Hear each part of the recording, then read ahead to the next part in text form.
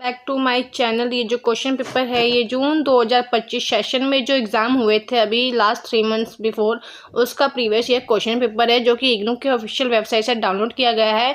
MA political science first year वालों के लिए है।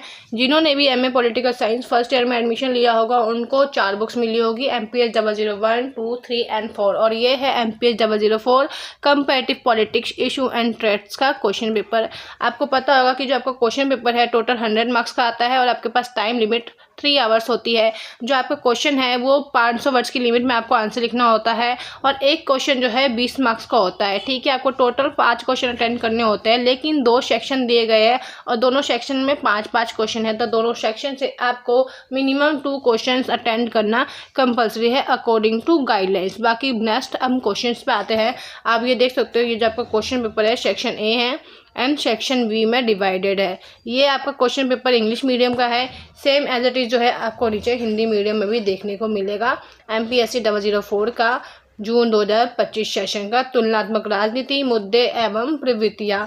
अगर आप भाग क देखें तो भाग क में हमसे सार्वजनिक नीति के जो महत्वपूर्ण दृष्टिकोण है, अप्रोचेस है, उसके बारे में हमसे पूछा गया है। क्वेश्चन नंबर 2 में जो है नेशनलिज्म से रिलेटेड, जो हम नेशनलिज्म को पढ़ते हैं राष्ट्रवादी और मार्क्सवादी दृष्टिकोण से अप्रोचेस से, तो उसके बारे में हमसे पूछा गया है।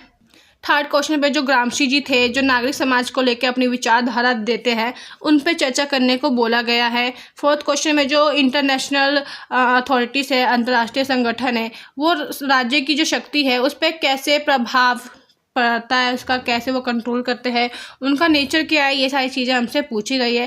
क्वेश्चन नंबर 4 के बाद अगर आप 5th देखेंगे तो वैश्वीकरण, ग्लोबलाइजेशन, इससे तो क्वेश्चन हर ईयर आता ही है आपको, चाहे उसके दृष्टिकोण पूछे चाहे उसके प्रकार पूछे। भाग ख में अगर आप देखते हैं तो भाग ख का जो फर्स्ट क्वेश्चन है वो राष्ट्रीय एकता को लेकर जो मेल्टिंग पॉट मॉडल है उसकी चर्चा करनी है। क्वेश्चन नंबर 7 पे लोकतांत्रिक शासनों की मूलभूत विशेषताओं का वर्णन करने को कहा गया है।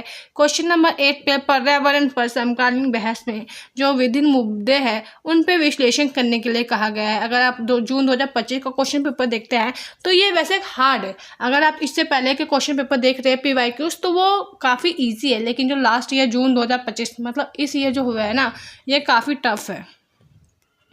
क्वेश्चन नंबर 9 जो कि मानव विकास से आया हुआ है, ये क्वेश्चन भी मोस्ट इंपॉर्टेंट है। ये आप देखोगे ये हर साल जो है रिपीट होता है, चाहे वो शॉर्ट नोट में रिपीट हो चाहे वो लॉन्ग क्वेश्चन में रिपीट हो, बट रिपीट होता है।